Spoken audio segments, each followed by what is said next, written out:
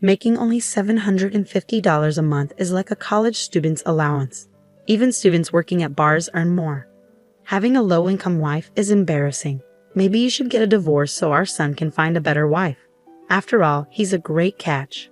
My mother-in-law keeps making these rude comments after seeing a pay stub, but it's not even mine. My name is Amanda, and I'm a 32-year-old nurse. I've been married to John for 5 years. We met in college, started dating, and eventually got married. We first met at a party when he was a medical student and I was studying to be a nurse.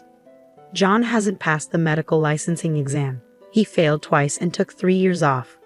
Now he's working part-time and studying hard for the exam. I'm working full-time as a nurse, so I make most of the money for us. John isn't into bragging about money or posting pictures of fancy cars on social media. He's serious about his work, reading stories about people who've lost loved ones to illness, keeping up with the number of people affected by infectious diseases, and studying Japan's healthcare system. I respect him even though he's not a doctor yet. He genuinely wants to help people, so I didn't leave him despite his lack of income and being in his 30s. He hasn't told his parents that he isn't a doctor yet. Sorry, my mom is too nosy, he says. It's okay. I support you, so you don't have to worry about your parents. Live your life the way you want. This is just temporary. That's why his situation remained a secret. No one knew because he worked as a night security guard at the hospital where I worked. This way, he was technically employed there. He had enough knowledge and information from my stories to sound like a doctor. So when his parents, who rarely saw us, asked about him, I said yes, patients really like him. I believe that while cruel lies can hurt people, kind lies can sometimes save them. Telling a patient you have 3 months left and there's no chance of recovery is like starting a countdown. It's better to say, you look good today and you ate a lot. That's how people are. On the other hand, my mother-in-law is very different from my serious and honest husband. She has a harsh personality and is a typical overbearing mother-in-law. She looks down on me for being just a nurse married to her son, the doctor. There must have been so many better options, like a beautiful dermatologist. I always apologize and bow my head when she says things like that. I wholeheartedly support my husband in his pursuit of becoming a doctor, but right now, he's just a high school graduate with a lot of medical knowledge working part-time. He's not even a medical intern yet. However, my husband is genuinely grateful, often saying, "Thank you for everything always." So I silently support him. I'm also very busy with my work. Our combined income is barely enough to make ends meet, but it couldn't be helped. I didn't care much about money because I admired Florence Nightingale and wanted to help people. Currently, I'm a nurse in internal medicine, which has the heaviest workload. Wanting more money doesn't even cross my mind. As long as we can live, eat, and stay healthy, that's enough. Isn't that what life is really about? Even though I'm the one supporting my husband's living expenses and tuition, my mother-in-law tells everyone in the neighborhood, my son is a doctor and earns well. If he were a serious doctor, he wouldn't want his mother bragging about his income, whether good or bad. But my mother-in-law doesn't care and only talks about money, money, money. As her son, he has no choice but to silently endure it. She doesn't know that he's actually working as a security guard in uniform at the hospital instead of walking around in a white coat as she brags about. Even if he were walking around in a white coat, it's not something to boast and gossip about. I understand her pride, but she should hold back. I was worried that my husband's mental state might suffer and he might fail the medical licensing exam because he's barely hanging on. If he ends up spending his entire life as a security guard after trying so hard, it would be heartbreaking. His personality is perfect for being a doctor. His only weakness is his kindness. That's why my mother-in-law makes up stories and says things like, "My son makes $373,000 a year." For him, knowing that's false just adds more pressure. I once gently expressed my concern to her. I think it would be better for the patients if he didn't talk so much about his job because it might cause problems. After all, if you think about it from the opposite perspective, would you want to go to a doctor whose mother is constantly boasting about him when you're sick? But my mother-in-law doesn't care. Be quiet, you're just a nurse. You should feel lucky to marry a doctor. It's like winning a $3 million lottery. Money can't buy respect. You're just a nursing school graduate. She says mean things. I'm sorry. Thank you for letting me marry John. I respect him as a doctor and as a person, so please leave him alone. You're so annoying. We can make him divorce you and marry someone else. It would be sad if our future grandchild gets your low IQ. She's being really mean. But I stayed quiet. Compared to saving lives or feeling like I'm doing important work, my mother-in-law's mean words didn't bother me much. I didn't take her seriously, but one day she showed up at our house uninvited. Our house is a 30-minute train ride from theirs, so we don't see them often. I'm busy with work, so I'm not around them much. That's why she didn't know the truth until now. Wow, this house is small.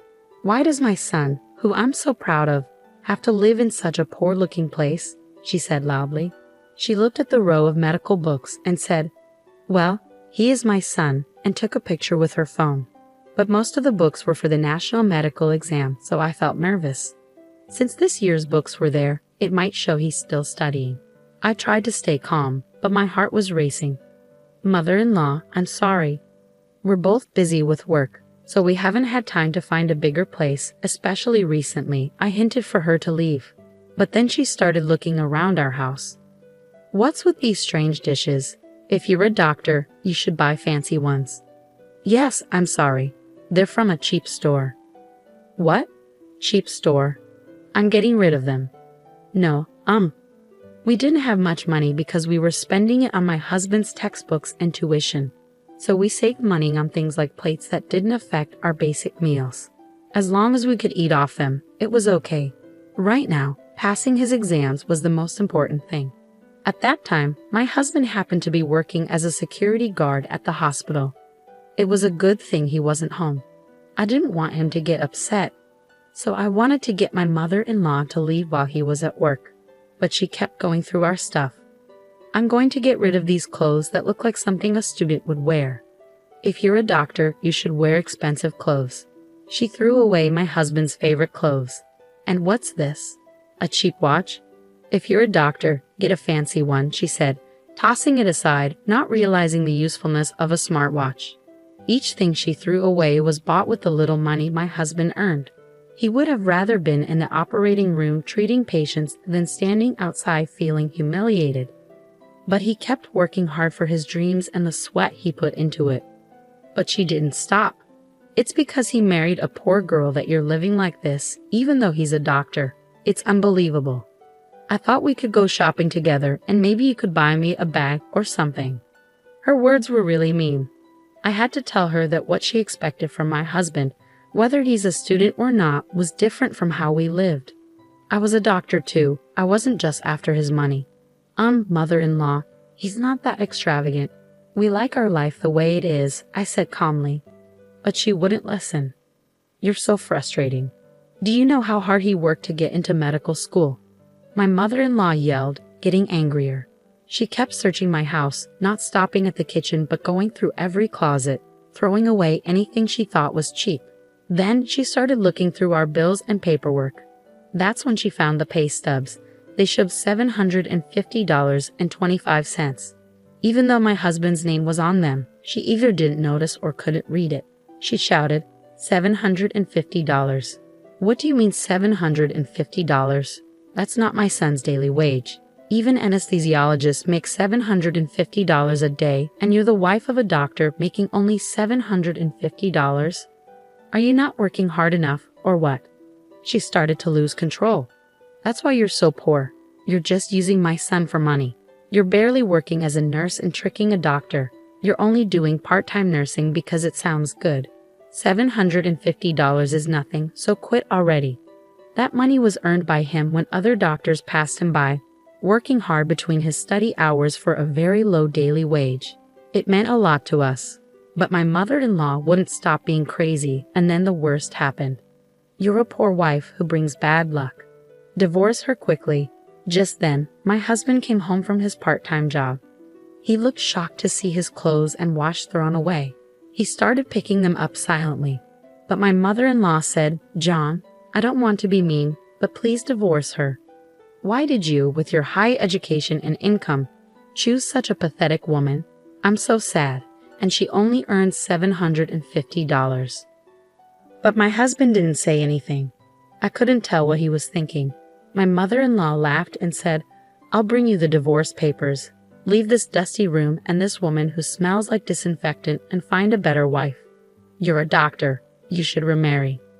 Then my husband stood up slowly and said, "Mom, I haven't told you this, but I'm not a doctor yet."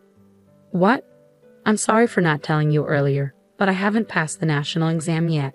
And about that $750. My mother-in-law was so shocked that she looked at me for help. "I don't get it. This $750 paycheck is yours, isn't it?" I realized there was no point in hiding it anymore, so I said, "No, it's not mine." My husband added, "That's my salary from my part-time job." "That can't be. You're lying, aren't you?" "I'm not lying. It's true. I'm not a doctor yet. I failed the national exam twice." My mother-in-law was shocked to hear that her son wasn't a doctor yet. She started acting strangely and slipped on some newspapers she had scattered earlier while going through our house. She fell to the floor and cried out for help. Thankfully, she managed to avoid hitting her head, but her right arm, which she used the most, broke with a loud snap. It was definitely fractured. My husband and I quickly helped her and took her to the hospital, where we brought her to the orthopedic department. But my husband said, "Mom, I'm sorry, but please don't come to our house anymore. And I don't want you to consider me your son anymore." My mother-in-law was trembling from shock, but my husband continued, "I knew you were proud of me, but I couldn't keep lying.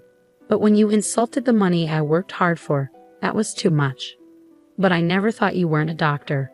It doesn't matter if I'm a doctor or not. Do you think I'm studying just to earn $750 a day? I'm an adult, and it seems like we have different values, so let's end our relationship." It seemed like my husband had truly decided to cut ties with his mother. She, who had found purpose in boasting about her son, seemed completely heartbroken. Nowadays, she stays at home, too embarrassed to face her neighbors. That same year, my husband passed the medical licensing exam. Despite being a bit older, he started working as a resident physician and did exceptionally well, always showing kindness, like offering tea to the security guards. Our days became peaceful and happy. If my mother-in-law had just waited a few more months, her dream would have come true, and she could have seen him in his white coat. It's really a pity, but she brought it upon herself.